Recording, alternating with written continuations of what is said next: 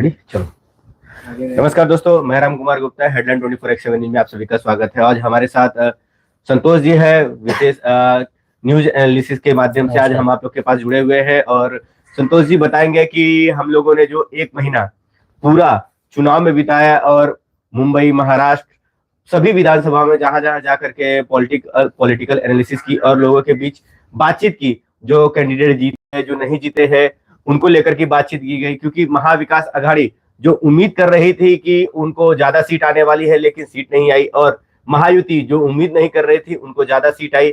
अब सबसे बड़ी चीज है कि चर्चा का विषय ये रहेगा कि जिस तरह से महायुति को 200 के ज्यादा सीटें आई हुई है। संतोष जी, एक चीज बताइए आपने कि जो महायुति की 200 से ज्यादा सीटें आई है, क्या वो लोग उम्मीद लगाए थे कि 200 से ज्यादा सीटें आएंगी? देखिए, इलेक्शन जिस दिन हुआ, मतलब वोटिंग जिस दिन हुआ, वोटिंग के बाद जो एग्जिट पोल्स आ रहे थे, कोई भी एग्जिट पोल 10 एग्जिट पोल्स में 180 के ज्यादा कोई सीट उनको महायुति को दे रहे नहीं।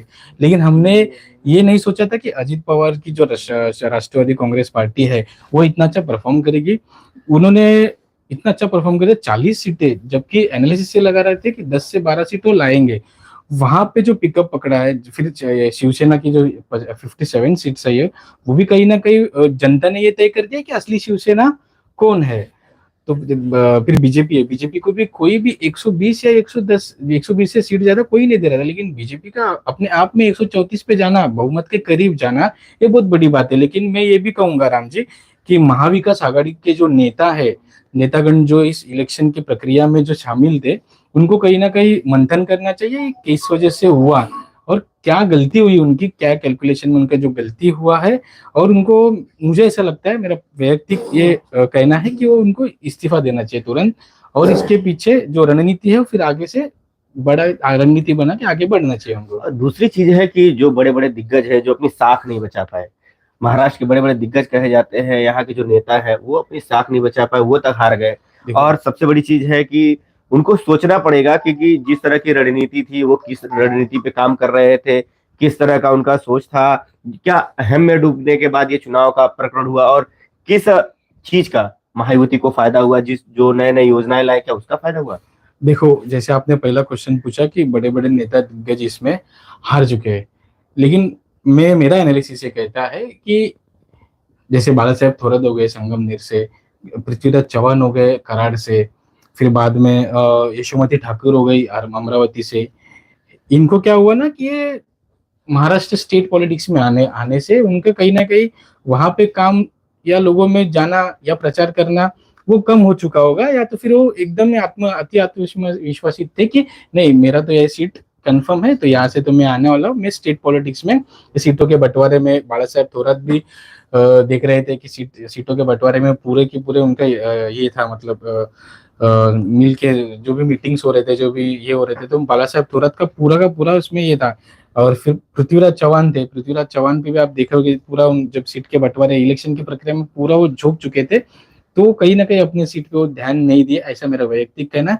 और योजना की बात की, जैसे आपने देखो, मास्टर स्ट्रोक माना जाएगा लाडली बहन, लाडली बहन के जो योजना इन्होंने लाया, वो कहीं ना कहीं औरतों के पैकेट में 1500 रुपया पहुंचाना उनके लिए फायदेमंद होगा। जो लड़कियों का कहे या महिलाओं का कहे, जो 10% वोटिंग अगर महाराष्ट्र विधानसभा में बढ़ता है, तो ये बहुत बड़ा आंकड़ा है, कोई छोटा आंकड़ा नहीं है। लाखों की महिला घर से बाहर निकली है, और ये सीधा का सीधा वोटिंग शिंदेगढ़, शिवसेना और बीजेपी, राष्ट्रवादी अजित पवार को सीधे तौर से वोटिंग गया हुआ उनका। इस चीज की बात करें, चाहे वार्ड वाइज हो या विधानसभा वाइज हो, चुनाव लड़ना हो, लेकिन जो दिग्गज नेता था उनको विश्वास नहीं हो रहा है। जब हारने के बाद वो डींगरा किस पे फोड़ते? ईवीएम पे। क्योंकि अब जिस तरह से उनको प्रचार करना था, वो अपने इलाके में नहीं गए, प्रचार नहीं किए, प्रचार नहीं करने के बाद ओवर कॉन्फिडेंट में लोग हार गए। तो हारने के बाद डींगरा किस पे फोड़ रहा था? ईवीएम पे। तो ये ईवीएम को हारने के बाद हर राज्य में ही मुद्दा क्यों बनाया जाता है? देखो, जैसे अभी ईवीएम तो लाया किसने? कांग्रेस ने लाया। जब उनके फेवर में रिजल्ट आते हैं तो ईवीएम, ठीक है, झारखंड में तो ईवीएम का उन्होंने कुछ किया नहीं। अब महाराष्ट्र में है, तो महाराष्ट्र में वो कहीं ना कहीं वो बोलते हैं ना, जहाँ जला है वहां थोड़ा धुआं निकलेगा, तो वो धुआं ईवीएम का। कल ही बच्चू कडू जो अमरावती से विधायक थे प्रहार संगठन के, वो ईवीएम हटाओ देश बचाओ का नारा लेते हुए अमरावती से कलेक्टर ऑफिस में रैली लेके जा रहे हैं। तो ये ईवीएम का देखो ये झुंझुना बजाते रहेंगे। ईवीएम का झुंझुना बजाने से कुछ नहीं होगा। आपको अंदर अपने अंदर झांकना होगा। अपने अंदर झांक के हमने क्या गलतियां की, सबका ईगो का लड़ाई था। ये शिवसेना के संजय राउत अपने ईगो पे थे, नाना पटोले अपने ईगो पे थे, जयंत पाटिल अपने ईगो पे थे। यही एक कारण हो सकता है। ईगो की लड़ाई की बात तो आपने ठीक कही, पर जो रहता है कि स्वयं खुद को एनालिसिस और अपने इलाके को एनालिसिस करने के बजाय ओवर कॉन्फिडेंट में जी रहे थे और चुनाव की प्रक्रिया के दौरान अपना इलाका छोड़ करके दूसरे का प्रचार प्रसार करने में ज्यादा लगे हुए थे। तो क्या एक ये भी संभावना हो सकती है दिग्गजों का हारने का? ये तो मैं मानूंगा। ये तो मैं मानूंगा कि जो ओवर कॉन्फिडेंट या इलेक्शन प्रक्रिया में प्रचार प्रचार स्टार प्रचारक के तौर पे ये पूरा महाराष्ट्र जो राज्य है उसमें प्रचार करते हुए घूम रहे थे जैसे दिग्गज नेता है, उनका हारना। लेकिन मेरे को एक ट्विस्ट है, जो बांद्रा ईस्ट है वहां से एक यंग लड़का चुन के आता है, वरुण सरदेसाई। जिशान सिद्दीकी जो पहले ही विधायक था वहां पे, उसका एक टर्म निकाल चुका था और वहां पे उनकी अच्छी खासी पैठ थी, लेकिन फिर भी वो रिजल्ट मुझको थोड़ा चौंका है। वरुण सरदेसाई वहां से जीत के ना, मेरे लिए चौंकाने वाली बात थी। ऐसे बहुत सारे सीटें हैं जहां पर नए युवा चेहरे, नए लोग चुन करके आए, जो कई बार वहां पे एमएलए रह चुके तो वो तक हार गए। इस पर क्या राय रहेगी आपकी? देखो जो विधायक पहले से थे वो अति आत्मविश्वास में गए, और जो यंग लड़के आप जो बोल रहे युवा चेहरा है जो उभर कर सामने आया, विधायक के तौर पर सामने आया, वो मुझे लगता है कि उनका कहीं ना कहीं 5 साल का मेहनत होगा और कहीं ना कहीं वो लोगों में गए होंगे। लोगों में जाने का नतीजा ये होगा कि हल्के में लेके लोगों ने गलती कर दी है, युवा चेहरा है तो इसको हल्के में ले लो, वो हल्के में लेके दिग्गजों ने गलती कर दी और युवा चेहरा अपना काम करके निकल गया। महाराष्ट्र चुनाव को लेकर सबसे बड़ा मुद्दा होता है मुंबई। मुंबई जो देश की आर्थिक राजधानी मानी जाती है और मुंबई हब होती है। मुंबई मुंबई मुंबई से फिर उत्तर मुंबई, ऐसे जगहों पर भी इस बार महायुति को काफी अच्छी सीट मिली। उत्तर मुंबई की 5 सीटें मिली। और इन सब चुनाव में जब मुंबई और उत्तर मुंबई आपने घुमा होगा तो क्या नजर आया तो आपको? उत्तर मुंबई का तो 3 या 4 टर्म से 5-1 का चल रहा है, महाविकास आघाड़ी हो या कांग्रेस हो, ये मला तो ये तो पैटर्न बन चुका है। और बोरीवली विधानसभा में एक नाट्यमय तरीके से जो गोपाल शेट्टी जी ने नाराजगी व्यक्त की थी, फिर बाद में जो उनकी नाराजगी को दूर किया गया, लेकिन वो जो 95,000 का उन्होंने जो लीड लिया है वो बढ़िया है। मतलब वो सोचे भी खुद भी नहीं सोचे रहेंगे कि मुझको 95,000 का लीड मिला। गोपाल शेट्टी अगर नाराज होते तो वो सीट पर लड़ाई दिखती। और जैसे मलाड है, मलाड में तो हमेशा असलम शेख जी ने 5वीं बार विधायक रह चुके। उत्तर मुंबई तो यही है। उत्तर मुंबई की बात करें, बोरीवली की आपने बात की, बोरीवली तो कहा जाता है बोरीवली बीजेपी का गढ़ है। अगर इस बार चेंजेस होता तो 45 साल का रिकॉर्ड टूटता। जिस तरह से नाटकीय प्रवृत्ति हुई पूरे बोरीवली विधानसभा में, लेकिन कुछ असर नहीं पड़ा और 1 लाख की लीड लेकर के आए। और ये लीड जो पहले से जो विधानसभा चुनकर आए थे सुनील राणे, उनसे भी ज्यादा लीड है। और इसी तरह से मलाड की बात करें तो मलाड में काफी उतार चढ़ाव आए, कभी एफिडेविट को लेकर के और बहुत सारे प्रतिक्रियाएं हुई, लेकिन जो लीड था वो लीड तोड़ करके 6,000 पे आना, एक ये भी सोचने वाली बात है कि जो लीड था, लीड करके हार करके वो 6,000 का गैप रह देखो गया। यहाँ पे जो विरोधी है, विरोधी का चेहरा इंपॉर्टेंट है। असलम शेख जी के विरोध में विनोद शेलार जी, जो मुंबई अध्यक्ष आशीष शेलार है, उनके भाई थे। और वो बटेंगे तो कटेंगे, एक है तो सेफ है, वो कहीं ना कहीं विनोद शेलार जी को पिक कर गया। वो जो वोटिंग जो हिंदू वोटर्स है या जो अपर कास्ट है, जो बिजनेस मिडिल लोअर क्लास है, जो गुजराती जैन जो पट्टा है, वो वन साइडली उनको गया हुआ दिख रहा है। जो लीड उनको गए टाइम जो 2019 में जो लीड था वो कहीं ना कहीं कम हो चुका है। लीड की बात करें तो वो जिस तरह से 22,000 की लीड विनोद सेलार को थी और लास्ट में जो 4 टप्पे का जो काउंटिंग थी, उस काउंटिंग में ऐसा हुआ कि 22,000 से वो काउंट घटते और असलम से जीत गए। तो सबसे बड़ी चीज है कि वो पट्टा कौन सा रहा होगा जिस पट्टे को वो समझ नहीं पाए और उसको हार का सामना करना पड़ा। तो ये तो उत्तर मुंबई हो या महाराष्ट्र हो, ये चीज हर एक पत्रकार जानता है कि वो मालवानी का पट्टा है, तो मालवानी के पट्टे से वो हमेशा लीड लेते आए हुए। और बोरीवली की बात आपने की, जैसे बोरीवली में विरोधी चेहरा इतना, जो ठाकरे गुट से जो आए थे संजय भोसले जी, उनका कोई नामांकित चेहरा नहीं था, वो जाना पहचाना चेहरा नहीं था। और उन्होंने ऐसा प्रचार भी अपने खुद पब्लिक जो जनता है, जनता के बीच में अपने आप को प्रस्थापित भी वैसे किया नहीं उन्होंने, जो 15 दिन उनको प्रचार के लिए मिले थे। और गोपाल शेट्टी जी ने कहीं ना कहीं ऐसा दिख रहा है, गोपाल शेट्टी जी ने पूरी मदद पार्टी का जो हाईकमान था, हाईकमान का आज्ञा पालकर पूरी मदद संजय उपाध्याय जी को की है। जो सुनील राणी जी की बात की है, तो कहीं ना कहीं आप भी जानते, हम भी जानते क्या खिचड़ी पकड़ी थी। और बोरीवली की बात की, बोरीवली में कहावत कही जा रही थी कि एक बोतल पानी ने ऐसी कहानी रची कि बोरीवली के पुराने एमएलए का टिकट ही कट गया। इस पर आप क्या कहेंगे? अब उस वक्त मैं यहाँ पर नहीं था, मैं पुणे देख रहा था, लेकिन एक कहानी, हम लोग हैं और हम जो पत्रकार है, हम साथ ही बैठते हैं, तो तब वो विषय निकलता है। वो हमारे ज्येष्ठ पत्रकार है तिवारी जी, हम उनको प्यार से मामा कहते हैं, तो मामा जी की वजह से वो टिकट कहीं ना कहीं पिछले विधायक का कटा, ऐसा हम मान सकते मानते हैं। हैं। चलिए, उसी तरह अब दहिसर विधानसभा की बात करेंगे। दहिसर विधानसभा में जिस तरह से रूमर फैल रहा था कि इस बार 2 टर्म में विधायक रही मनीषा चौधरी इस बार हारने वाली है, लेकिन जो शुरुआती दौर में जो रुझान थे, रुझान में ही वो लीड बना ली, और लीड बनाने के बाद वो लीड कवर करते ही चली गई, और लीड जो था वो लगभग 45,000 के लगभग लीड गई। जो अगली बार का लीड था उससे कम है, लेकिन जिस तरह का रूमर फैला था कि दहिसर विधानसभा इस बार भाजपा के खेमे में नहीं जाने वाला, इस पर आपकी क्या राय है? देखो, दो बार वो विधायक जी, कहीं ना कहीं रूमर बोल नहीं सकते, एक अफवाह फैलाया गया था छोटा सा कि उनको, उनके ऊपर एंटी इंकम्बेंसी का काम जो है वो करेगा उनके अभी। लेकिन विनोद गोसालकर जी ने जो खुद टिकट लेके उनको कहीं ना कहीं एक एज दे दिया। अगर तेजस्विनी घोषालकर यहाँ से लड़ती तो कहीं ना कहीं टफ होता।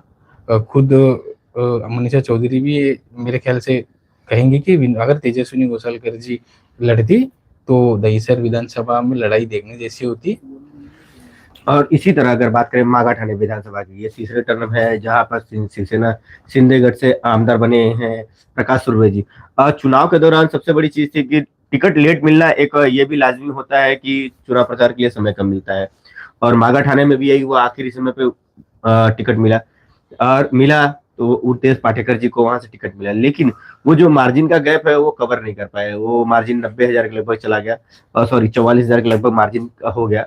लेकिन बात ये होती है कि क्या चुनाव प्रचार ढंग से हुआ, यहाँ वहां के जो शिव सैनिक है वो नाराज थे, क्योंकि बीच बीच में क्या हो रहा था चुनाव के दौरान भी, जो शिवसेना है, उद्धव गढ़ के कार्यकर्ता है, वो पक्ष छोड़ करके शिवसेना में शामिल हो रहे थे। तो क्या ये असर भी माना जा सकता है? देखिए, वहां पे लगभग 3 से 4 नगर सेवक है जो पार्षद कहते हैं हम, वो पार्षद ठाकरेगढ़ को छोड़ के शिवसेना के साथ चले गई। और प्रकाश सूर्य का वहाँ जो गोर गरीब के आमदार कहे जाते हैं, वो उनका काम बोलता है। उन्होंने 5 साल काम किया होगा, 10 साल काम किया होगा, तभी जनता उनको तीसरी बार भी चुन के दी है। और जहां तक आप कह रहे हैं उद्देश पाटिकर जी की बात, उद्देश पाटिकर जी की बात है, उनका जो वो कहते हैं ना, हाँ, डैशिंग पना, वो डैशिंग पना प्रचार में दिखा नहीं। और कहीं ना कहीं आप जैसे शिव सैनिक भी ये जानते हैं कि अगर संजना गाड़ी को टिकट मिलता तो फाइट होती। वो उनको बातों में उलझाई रखती, और महिला के सामने कोई भी एक आदमी हो या जेंट्स हो, कहीं ना कहीं वो शब्दों को उनका थोड़ा दायरा बना के रखना पड़ता है, तो वो दायरा बना रहता है। लेकिन प्रकाश सूर्य जी का काम बोलता है, उन्होंने काम किया होगा 10 साल में। मागा थाने में देखते हैं हर किसी की मदद वो करते हैं, ऐसा लोगों का मानना है। मागाठाणे में एक और बात थी कि मीडिया फ्रेंडली, मीडिया में किसी तरह का उनका बाइट या कोई इंटरव्यू उनका प्रचारित नहीं हुआ, हाँ, वो मीडिया से मिले नहीं, ये एक विषय हो सकता है। और प्रवक्ता के तौर पे संजना गाड़ी थी, वो काफी अच्छे से चीजों को समझना जानती थी, और किस तरह से चीजों को मैनिपुलेट करना है उनको पता था। अगर संजना गाड़ी को मिलता तो एक चीज तो है कि वो टप गिरता, लेकिन मीडिया में ये चीजों का नहीं चलना, जिस तरह से प्रकाश सुरवे छोटा सा अगर कार्यकर्ता भी अगर पक्ष प्रवेश कर रहा था तो उसको लेकर भी मीडिया के सामने आते थे, पर उदेश पाटेकर जी ने इन सब चीजों को नहीं किया। मीडिया में उनकी कोई बाइट्स या कोई कार्यक्रम तक प्रसारित नहीं हुआ। इस पर आप क्या कहेंगे? देखो, उनका वैयक्तिक मत होगा, वो मीडिया में क्यों आना नहीं चाहते, आना चाह रहे थे तो क्यों आना चाह रहे थे, वो उनका वैयक्तिक मत होगा, प्रचार करने का स्टाइल होगा। उस पर टिप्पणी करना शायद ही गलत होगा हमारी ओर से, क्योंकि हम ऐसा होगा कि हम मीडिया वाले हैं तो मीडिया फ्रेंडली हमारे साथ नहीं करके उनका हम एक ब्लेम कर सकते हैं। लेकिन उनका वो अपना वैयक्तिक मत होगा, वो कैसे प्रचार करना चाहते हैं, वो माउथ टू माउथ पब्लिसिटी में शायद विश्वास रखते होंगे, तो इसकी वजह से उन्होंने मीडिया का प्रयोग नहीं किया होगा। मागा थाने में जिस तरह मनसे का प्रभाव कहा जा रहा था, इस बार मनसे का प्रभाव भी नहीं दिखने को मिला।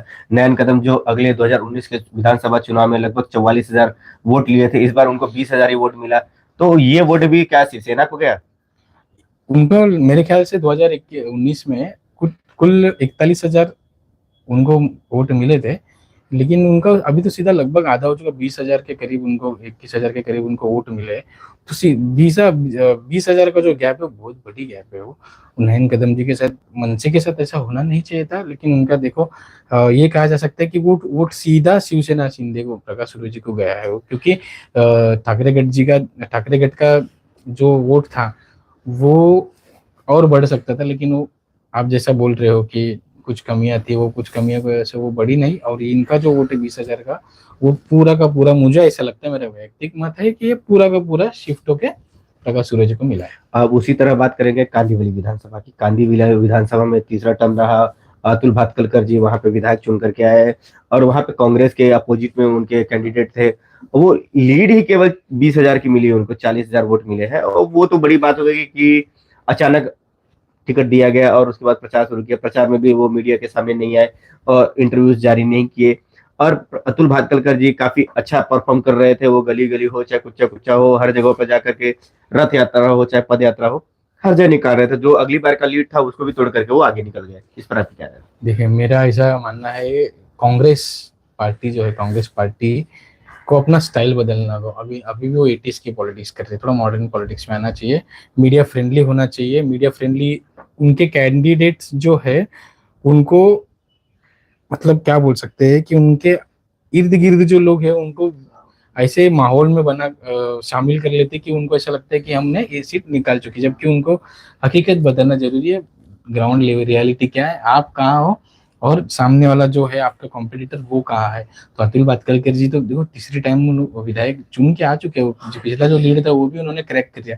लेकिन कालू बुदलिया जो जिला अध्यक्ष है कांग्रेस के, जिला अध्यक्ष का हारना, जिला अध्यक्ष का हारना ये बड़ी बात तो है, लेकिन वो मुझे ऐसा लगता है कि प्रचार में बहुत कम प्रचार की जो प्रक्रिया होती है बहुत कम प्रचार किए, और वो मीडिया में दिखे नहीं, लोगों में दिखे नहीं।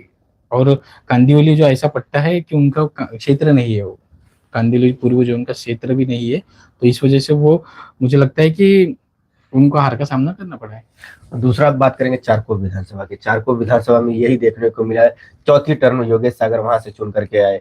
वहां पर भी नए कैंडिडेट को चेहरा दिया गया। वहां पर यशवंत सिंह उनके अपोजिट में लड़ रहे थे, लेकिन जो लीड मिलनी चाहिए, जो वोट थे वहां पर मुस्लिम पट्टा भी ज्यादा है, फिर भी उनको 40,000 के लगभग वोट मिल रहे हैं। मतलब चुनाव वोट कम मिलना वो भी बड़ी बात है ना। अब क्या मुसलमानों के वोट भी कांग्रेस को नहीं मिल रहे हैं? देखो, जब चुनाव की प्रक्रिया चल रही थी, यशवंत सिंह जी से मेरी मुलाकात हुई थी, तो उनका ऐसा था कि चारकोप विधानसभा में उत्तर भारतीयों की संख्या है, और खुद क्या बोलते हैं, स्कूल है जो संस्था के वो मालिक है। तो वो कह रहे थे, उनको आश्वस्त थे कि उत्तर भारतीय मुझे छोड़ेंगे नहीं, और जहाँ की कांग्रेस के जो कट्टर है वोट बैंक है वो मिलेंगे, और लेकिन ये कन्वर्ट होते हुए दिखा नहीं। क्यों? तो वो चेहरा जाना माना नहीं था, यशवंत सिंह जी का जो चेहरा था वो जाना माना नहीं था। और प्लस ये माइनस पॉइंट उनका ऐसा रहा कि वक्ता तो है अच्छे, वक्ता अच्छे है, लेकिन वो लोगों तक पहुंच नहीं पाए। लोगों तक इसलिए नहीं पहुंच पाए, जब आपका चेहरा नहीं जाना जाता है तो आपको लोगों तक आके लोगों को बताना पड़ेगा कि मैं ये हूँ, मेरा ये है, मैं इतने सालों से सोशल वर्क में काम कर रहा हूँ। ठीक है, तो वो काम कम, एडवर्टाइज ज्यादा करना पड़ेगा कांग्रेस को अभी। और इसी तरह बात करेंगे ढिंडोरसी विधानसभा की। ढिंडोरसी विधानसभा में संजय निरुपम जी उतरे थे शिवसेना से, और शिवसेना यूबीटी से थे वहां के सुनील प्रभु जो विधायक रह चुके थे। काफी रूमर फैलने के दौरान बड़े बड़े मीडिया चैनल्स ने भी एक वीडियो वायरल हुई रही थी, जिसमें मदरसे के अंदर जाकर के वो प्रचार प्रसार कर रहे थे मुसलमानों के बीच में। काफी रूमर फैला, इसको वोट जिहाद के रूप में देखा जा रहा था। तो ये लग रहा था कि संजय निरुपम जीत जाएंगे, लेकिन वो लीड बना करके 12,000 की लीड बनाकर 6,000 वोटों से हारना एक कितना सोचने वाली बात है। क्या एनालिसिस घट गई थी संजय निरुपम की जो 6,000 वोट से हारना पड़ा? संजय निरुपम जी को जब हम चुनाव प्रक्रिया में आप भी मिले हम भी मिले, तो उनका एक टैगलाइन था, सुनील करके वो एक टैकल कर रहे थे। सु मतलब शून्य, नील मतलब कुछ नहीं, ऐसा काम कर रहे हैं सुनील प्रभु जो विधायक है वहां से। लेकिन वहां का जो कुछ नाराजगी भी थी, हम भी आप भी जानते हैं, हम भी जानते हैं, वहां पे जो शिवसेना, जो शिंदे गट के शिवसेना के लोग कार्यकर्ता है वो नाराज थे, क्योंकि वहां पे जो वैभव वराडकर है वो कहीं ना कहीं वहां से टिकट मांग रहे थे। वैभव वराडकर, वह काम भी था उनका वहां पे दिंडोशी विधानसभा अप्पापाड़ा कुरार विलेज में, ऐसा उनका काम अच्छा था। उनको टिकट ना देते हुए संजय निरुपम जैसे दिग्गज नेता कुरार मालाड दिंडोशी विधानसभा में आए। सुनील कपूर 2 बार के विधायक थे, लेकिन वो जो प्रचार प्रचार की कमी और शिवसेना की जो अंदरूनी जो नाराजगी थी वो दूर नहीं कर पाए। वो संजय निरुपम जी को तो आप जानते हो, मसमोल आदमी है। वो जो एक बार कर लिया, पीछे मुड़ के देखते नहीं है वो। तो इस वजह से मैं सोचता हूँ, आप जो वोट जिहाद की बात कर रहे थे, वोट जिहाद की इलेक्शन के दिन ही, जिस दिन वोटिंग पड़ रहे थे उसी दिन संजय निरुपम जी ने कुछ हादसा भी हुआ था वहां पे, आप देख सकते हैं, आप सामने आते वीडियो के दौरान वो कुछ वीडियो भी वायरल हुए थे। तो वो भी उनको, मेरे को लगता है वो भी एक थोड़ा फैक्टर हुआ है मेरे ख्याल से। इसी तरह पूरे महाराष्ट्र में बहुत सारे विधानसभा है जहाँ नए चेहरे चुन के आए, जो पुराने लोग थे वो चुन करके आए। और महाराष्ट्र की राजनीति जब आने वाले अलग अलग राज्यों में जो विधानसभा चुनाव होगा उस पर भी असर पड़ेगा, क्योंकि कई राज्य ऐसे थे जैसे झारखंड में वहां पर महायुति की सरकार नहीं बनी, वहां पर महा विकास आघाड़ी लेकर के गई। कांग्रेस के वोट सीट कम आए, इंडिया लेकिन वहां की गठबंधन। जो स्थानीय पार्टी है उसको सीट मिली। अब वो तो सत्ता में स्थापन कर लेंगे क्योंकि सीटों की कमी नहीं है उनके पास। बट जो आने वाले विधानसभा चुनाव है अलग अलग राज्यों में, इस पर एक एनालिसिस किया जाए, क्योंकि पार्टियां अपनी जो सर्वे कराती है वो पहले से सर्वे करा लेती है कि उनमें किस तरह का वहां का माहौल है, और क्या उनको किन कैंडिडेट को टिकट देना चाहिए, या वो भाजपा के अनुकूल है या नहीं है, प्रतिकूल है। क्योंकि जिस तरह से कयास लगा जा रहे थे कि झारखंड में बीजेपी की सरकार बनेगी, लेकिन वहां पर नहीं बनी, और महाराष्ट्र में जो इस तरह का रूमर था कि नहीं महाविकास आघाड़ी जीत के आने वाली है, उल्टा प्रोसेस हुआ। तो जो आगे विधानसभा चुनाव होने वाले हैं, तो जो पार्टियां है एनालिसिस करती कैसे करती है? देखो राम भाई, मैं ऐसा बोलूंगा कि इंडिया गठबंधन जो है, देखो हरियाणा में भी ऐसे ही हुआ। हरियाणा में तो कोई नहीं वैसा, कोई मतलब एनालिसिस भी बता नहीं रहा था कि वहां पे बीजेपी की सरकार आएगी, महायुति की सरकार आएगी, एनडीए की सरकार आएगी। जैसे महाराष्ट्र में भी यही हुआ। जो ये जो अविश्वसनीय जो रिजल्ट अपने को दिखने मिला है, कहीं ना कहीं मैं ये जो इंडिया गठबंधन है उनकी हार मानूंगा मैं। इंडिया गठबंधन अपने जो ताकत लगा के है, देखो कांग्रेस को कांग्रेस ही हराते, ये कहावत है। कांग्रेस को हराती कांग्रेस के नेता है, ये कहावत है।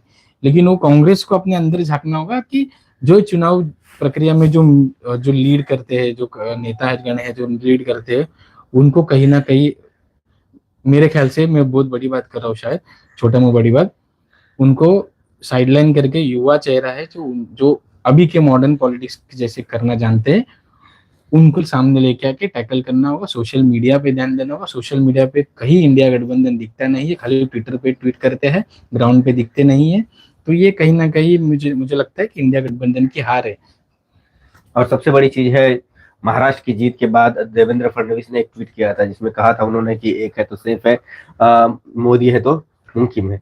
तो इसका असर उनको ये लगा कि जो लाडली बहना योजना वो लेकर के आए, उसका असर दिखाई दिया। और दूसरा, हम एक है तो सेफ है जो नारा था वो काफी असर करता हुआ नजर आया।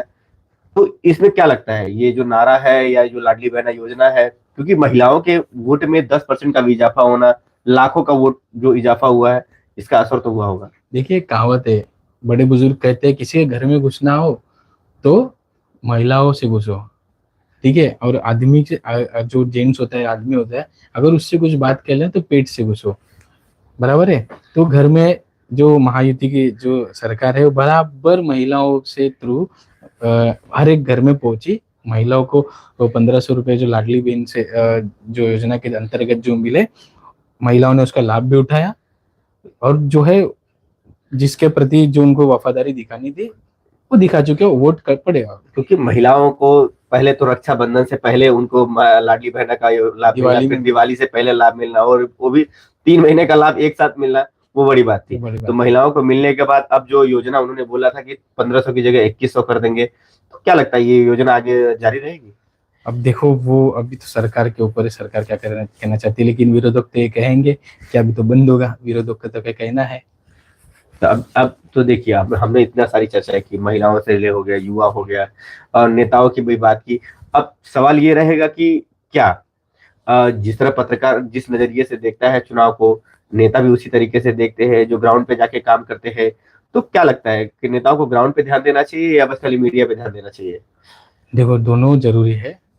ग्राउंड पे दिखोगे, मीडिया में नहीं दिखोगे, तो भी आपको कोई पहचानेगा नहीं। जहाँ पे ग्राउंड जा रहा है, ग्राउंड पे पहले कैसा था, गांधी जी थे, गांधी जी के टाइम पे देखो आप देखते थे, मीडिया तो थी नहीं, रेडियो था केवल, ठीक है।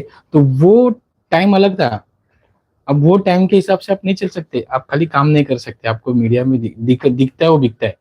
आज का जमाना ऐसा है, जो दिखता है वही बिकता है, तो आपको दिखना भी जरूरी है, ग्राउंड पे काम भी करना जरूरी है। जी, हमने पूरे विधानसभा में बात की और विधानसभा में चर्चा की कि पूरे महाराष्ट्र विधानसभा में किस तरह से वोटिंग हुई और किस चीज का फायदा हुआ, नेताओं ने क्या काम किया, इस पर चर्चा हुई। और अब जल्दी ही हम लोग अगले विषय पर मिलेंगे कि जो महाराष्ट्र विधानसभा का चुनाव हुआ उसमें क्या गलतियां रही, क्या खामियां रही, उस पर चर्चा करेंगे।